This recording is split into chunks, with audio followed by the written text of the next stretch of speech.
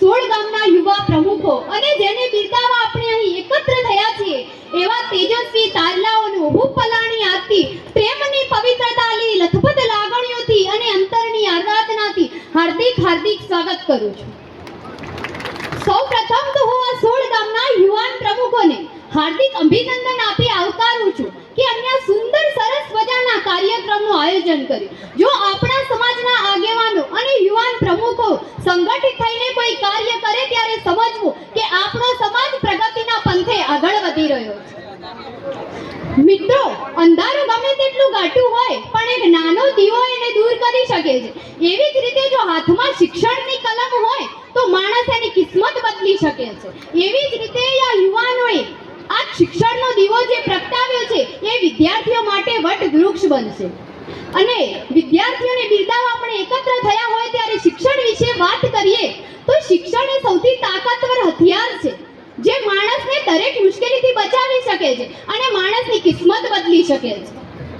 આજના યુગમાં શિક્ષણનું મહત્વ અગાઉ કરતાં ઘણું બધું વધી ગયું છે, એટલે આપણી પાસે જો જ્ઞાન હશે તો આપણે દુનિયા સાથે કદમ મિલાવી શકીશું, નહીતર આપણે કોઈ ધંધાથી ગમે તેથી આપણે કદમ નહીં મિલાવી શકીએ। આપણી પાસે જો જ્ઞાન હશે, આપણી પાસે હુનર હશે તો આપણો સમાજ, આપણા માતા પિતાનું નામ આપણે રોશન કરી શકીશું। કહેવાય છે ને કે માર એવી ડણક કે ગુંજી ઉઠે ગિરનાર, માર એવી ડણક કે ગુંજી ઉઠે ગિરનાર, મીટ માડી દે તું મંजिल सामने ने करी दे तू शिकार।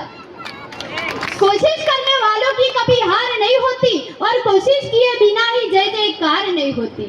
અને શાસ્ત્રોમાં પણ લખાયું છે કે સા વિદ્યાયા વિમુક્તય, એટલે કે મુક્તિ અપાવે એ જ વિદ્યા। અને બધા પાંડવોના ગુરુ દ્રોણાચાર્યથી પણ બધા જ પરિચિત હશો કે એકલવ્યને જ્યારે વિદ્યા શીખવવાની ના પાડી દીધી ત્યારે આ એકલવ્ય પોતાનો દ્રઢ સંકલ્પ અને એકાગ્રતાના કારણે એ વનનો શ્રેષ્ઠ ધનુધારી બન્યો। ત્યારે ન હતો તેની પાસે સારો નાસ્તો, ન હતી શિયાળામાં સ્વેટર, ન હતા ઉનાળામાં પંખા, ન હતી ચોમાસામાં છત્રી કે ન હતા તેની પાસે ત્યારે સારી શાળાઓ પણ કઈ રીતે એ પોસિબલ થયું? એની પાસે હતો દ્રઢ સંકલ્પ। એટલે જ કહેવાય છે કે nothing is impossible in the world. આ દુનિયામાં કંઈ અશક્ય નથી, ખાલી તમે મહેનત કરો બધું જ શક્ય છે। ખાલી ગાઈડો વાંચી લેવાથી જીવન જીવાય નહીં। જીવન જીવવા માટે પહેલા તમારું ધ્યેય નક્કી કરો અને પછી તેને પ્રાપ્ત કરવા માટે મરણીયો પ્રયાસ કરો। તમારા આર્થિક અને શારીરિક તમારી મા બાપે કેટલીક તકલીફો વેઠી હશે અને તમને ઉછેર્યા હશે, એ યાદ રાખી તમારી માતા પિતાને સપનાનું સાકાર કરવું એ જ તમારો પુત્ર કે પુત્રી ધર્મ છે। સમય કદી પાછો આવતો નથી, એ યાદ રાખી સમયનો શ્રેષ્ઠ રીતે ઉપયોગ કરો અને તમારી એસ માટે તમારી નજર સમક્ષ સારા આદર્શો હોવા જોઈએ। બીજી બધી કુટેવોથી બચવું જોઈએ, નહીતર એ બરબાદી નોતરે છે, બરબાદી નોતરે છે। આપણી જિંદગીના બે મૂળ મંત્ર છે શિક્ષણ અને સંસ્કાર। શિક્ષણ ક્યારે નમવા નથી દેતું તો સંસ્કાર ક્યારે પડવા નથી દેતા। સાહેબ, કોણ કહે છે કે નસીબ વિના કામ બધા આડા પડે છે? અરે પ્રયત્નતા અંતે તો ધોધ નીચેના પથ્થરોમાં પણ ખાડા પડે છે। સિંહના જેમ એકલા ચાલતા શીખો, કોઈના પગે પડીને કામયાબ બનવા કરતાં પોતાની મહેનતથી કંઈક બનવાનું વિચારજો। વિશ્વાસ રાખીને બેસી રહેવાથી કે માનતાઓ માનવાથી કે નસીબમાં હશે તો મળશે એમ કરવાથી કંઈ નહીં મળે સાહેબ, કેમ કે મહેનત પણ ત્યારે સફળતા મળે છે જ્યારે મહેનત હોય છે અને મહેનત કરવી જોઈએ ત્યારે જ આપણે આગળ વધી શકીએ।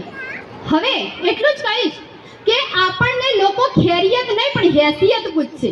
પહેલા તમે શું કરતા હતા એ નહીં, હાલ શું કરો છો એ પૂછશે। લોકો તમારી બાજુમાં થઈને નીકળશે તો તમને ઓળખશે પણ નહીં। જો તમારી પાસે પૈસા હશે, નોકરી હશે તો લોકો તમને બોલાવશે, બાકી બાજુમાં થઈને જશે તો કોઈ ઓળખશે પણ નહીં। એટલે જ કહેવાય છે કે જ્ઞાનના દરિયામાં જે ડૂબકી લગાવે છે એ જ મોતી બહાર લાવે છે, બાકી કિનારા બેસી રહેનારા તો માત્ર મોજા ગણતા રહી જાય છે। તમે પણ દુનિયાને બતાવી દો કે અમે કોઈ કાયર નથી કે પાછળથી વાર કરીએ, અમે કોઈ કાયર નથી કે પાછળથી વાર કરીએ, અમે પણ રાવણ સમાજના દીકરા કે દીકરી છીએ, સિંહને પણ જગાડીને શિકાર કરીએ। લખડ અમારું ભાગ્ય છે, ભાગ્યને જાતે ઘડીશું, વિધિ જો અંતરાયો નાખશે તો આથડી લઈશું। આમ થમેરની ખુમારી છે અમારા પ્રાણમાં મિત્રો, લથડશું તો ફરીથી સ્થિર થાશું ને લડી લઈશું। મિત્રો, આગળ વધજો પણ તમારા માતા પિતાના સંસ્કારને ધ્યાનમાં લઈને હટજો। તમારા માતા પિતા અને નંબાજીને શરમથી નીચું ના કરતા. પહેલા તમારા માતા પિતાના સંસ્કારને યાદ રાખજો અને પછી તમારું સપનું. જો સંસ્કાર તમારે ક્યારે પડવા નહીં દે તો શિક્ષણ તો આપોઆપ તમને ઊંચું લઈ જશે. અંતે અશક્ય શબ્દો તો મૂર્ખાઓની ડાયરીમાં જોવા મળે સાહેબ.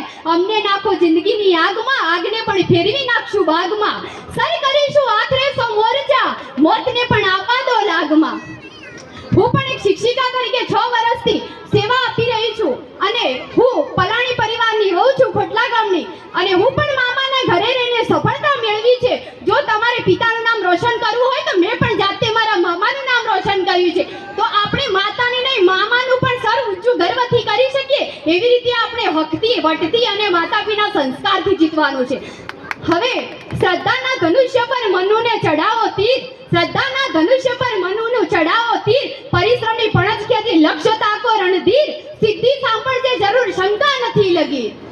હવે આ સમાજના બંધુઓ અને 16 ગામના યુવા પ્રમુખો અને આ વિદ્યાર્થીઓ હજુ સમાજમાં ઘણી બધી પ્રગતિ કરે, શિક્ષણમાં ખૂબ આગળ વધે અને સમાજનું માતા પિતાનું નામ રોશન કરે એવી મારી ખૂબ ખૂબ શુભેચ્છાઓ. આ સમાજના યુવાનોને મને બોલવાની તક આપી અને સમાજનો પણ હું ખૂબ ખૂબ આભાર વ્યક્ત કરું છું. અસ્તુ. જય હિન્દ, જય ભારત.